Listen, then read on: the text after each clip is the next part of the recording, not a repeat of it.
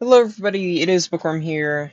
Today I'm gonna be showing you a game that I just played, and in it, it's a normal continent, or is this small? I think that's small. Alright, no, this is normal.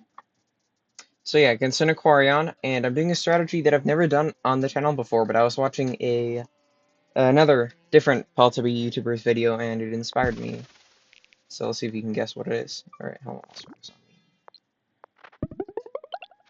Climbing.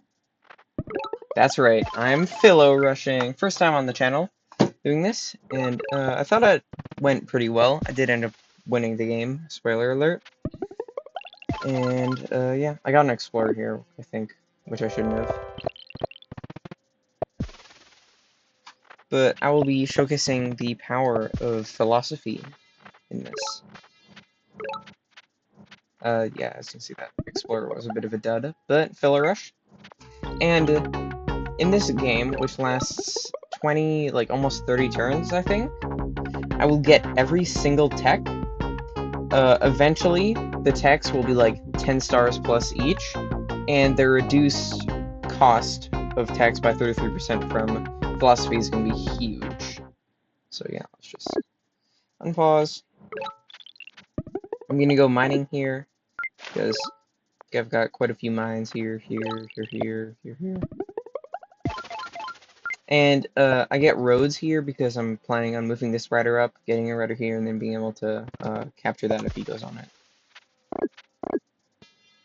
Which he does do. And get the Popper Ruin, which is helpful, but it doesn't carry like it usually does in games. Easy siege there, connect the cities. Have a giant here. Going through this, I could have considered a border growth, but yeah, 2 giants turn 10. Using the Altar of Peace. Awesome. Got that a little while ago. Picked up Smithery from a ruin, which is very strong. And begin some level 2, level 2, level 2, level 2 forges. So tons of forges. Which means lots of giants, and I will end up getting a lot of giants in this game. But you're probably wondering why it went on for almost 30 turns. You will see briefly. He was lost for a long time, but he just never gave up, which, I mean, kudos to you, I guess. Whoever flying lying 8506s. Pick up an explorer here. Yep. I think it gets this. It does. Probably wasn't worth it to get the explorer there, but oh well. All's well that ends well. Did I end up picking up some ports? No, not this turn. That'll be next turn, I think. Or is it this turn? Oh, it is. And you may notice that there's going to be another giant here with a forge and a port, because the port gives 2 due to the connection. And at first I thought this was going to be like wide open, but you will soon see that that is not the case.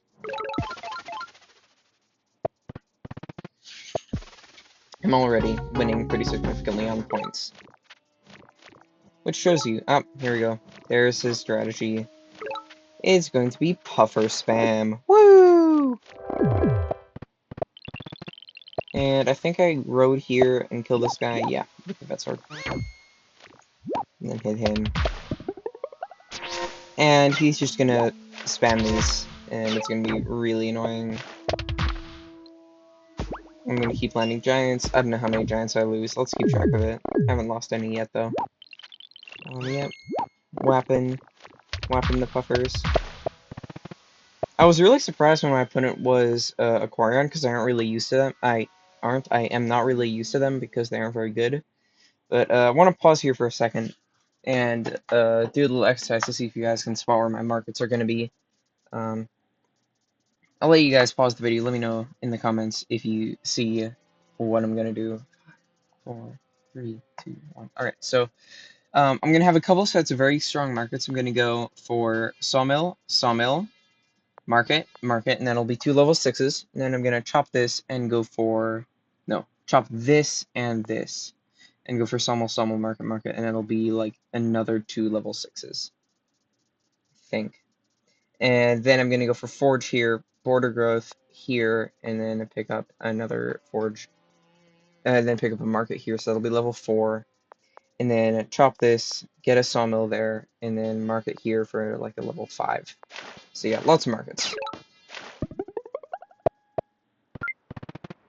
There, start getting up the sawmills. As you can see, because I have philosophy, I have a lot of tech. And at this point, trade is only 17, which is not a lot considering I have 1, 2, 3, 4, 5, 6, 7 cities.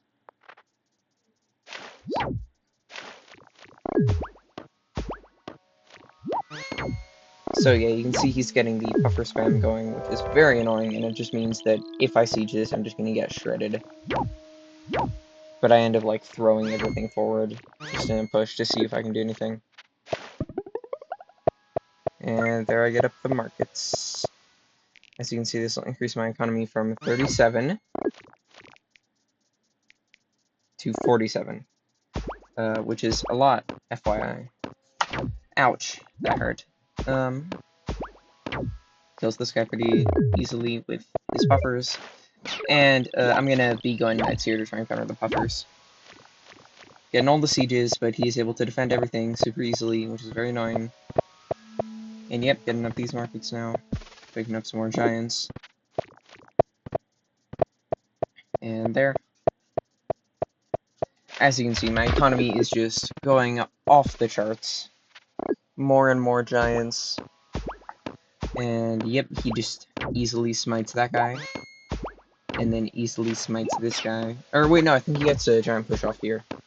Actually, I want to look at what his economy is at this point.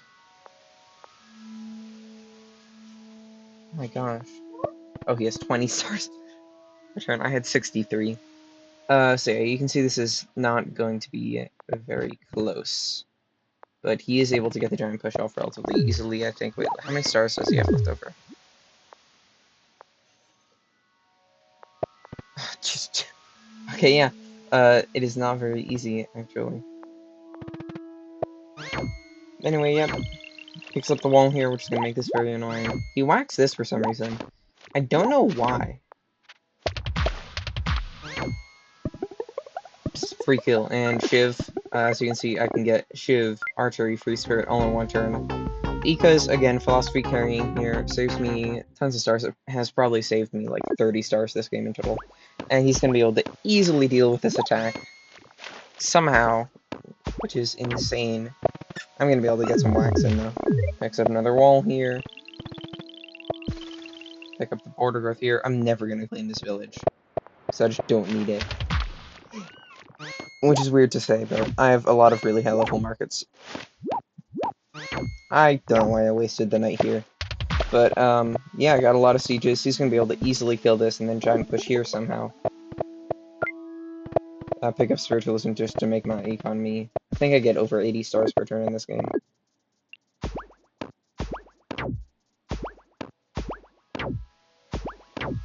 Very annoying. He gets a lot of warriors this game. But he doesn't really have hope considering my economy is just 79 versus 29. So I'm just gonna be able to spam more units and just invade. And I'm really lucky that he did not get like a better foothold over here, and I go close here before I got him, because I did not want to fight a naval battle against an aquarion, because that is usually just very brutal. Just walk in everywhere, and yet somehow nothing ends up happening because of it, and he just unsieges everything. I think he gets a giant push here. Yep. This is going to be a juicy cloak target, though. For some reason, he doesn't kill my cloak. And I don't think he was experiencing time travel. So I'm going to try and sneak this around. He ends up blocking it, so I think I just end it over here. I'm just sieging here to steal the stars, because that's like a quarter of his economy. And I go farming construction. Not really for any reason other than I want to get every tech. And I currently have every tech. I used up one of my monuments. I still have a couple in reserve. and you can notice the turn lengths here. Does not bode well for him. I think he doesn't train anything here because he knows that if I walk in, he'll just smite me. And so yeah, this is going to be kind of painful, but I am able to get the cloak here. It's going to do quite a bit, steal some money, and I end up getting a bomber here. Because I have the stars, as you can see. I can do basically whatever I want.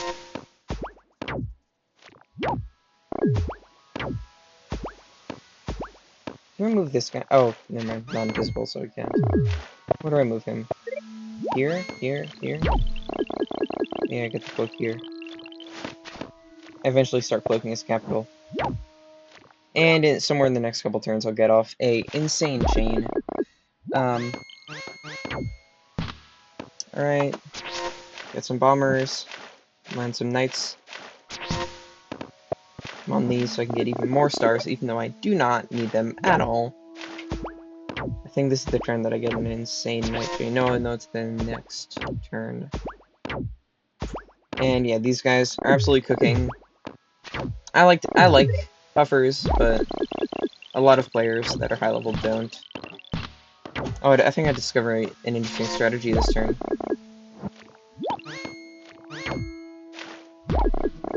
Get the cloak hit here. That probably wasn't worth it, because he just resigns next turn. So yeah, here's the cool strategy that I discovered that I've never seen anybody do before. Here it is. So if I turn one of my knights into a scout, I can move it, shoot somebody, and then turn into a knight, which is very fun and creates some threats. Yep, do it again, and again. And so, because I have so many knights, it's going to be very difficult for him to stop me from getting an insane chain. Yep, blam, blam.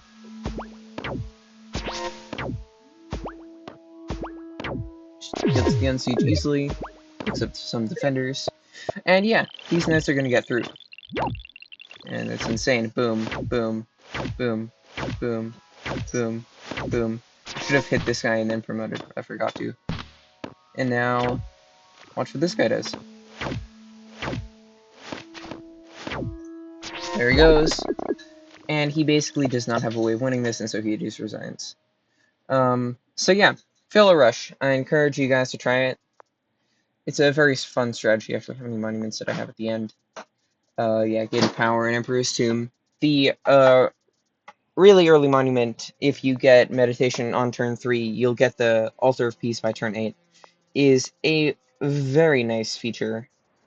And, yeah, fun strategy. Very close to I've got here. He was also pretty significantly better than me, so that proves that it can even work against, like, higher rated players.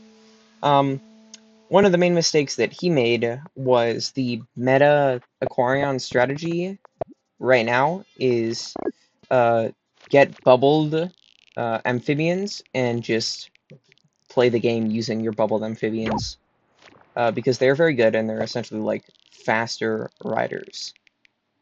Yeah, puffers, I mean, I don't think they're particularly bad, but they're not particularly good either. Another mistake this guy made is there were some pretty obvious cloak placements that he just did not get, and couldn't find them, couldn't reveal them, which was not the best play by him. And I keep getting cloaks, and eventually his downfall in the game was just I had a better economy. He didn't have any markets. Actually, I'm gonna look at his tech tree. Yeah, this was his tech tree. Very weird. Why does he have free spirit? He was obviously going for spirit, but I don't know. He has aquaculture, but not marine life or navigation. He has riding, but not waterways. He doesn't have archery. Archers can be very good with aquarion. And yeah, I hope you guys enjoyed this game. Like I said, a very fun strategy. I encourage you to try it. How many stars did he get per turn? Wait, are you serious? He got 15 stars per turn? Oh no, that's just while the cities were getting sieged.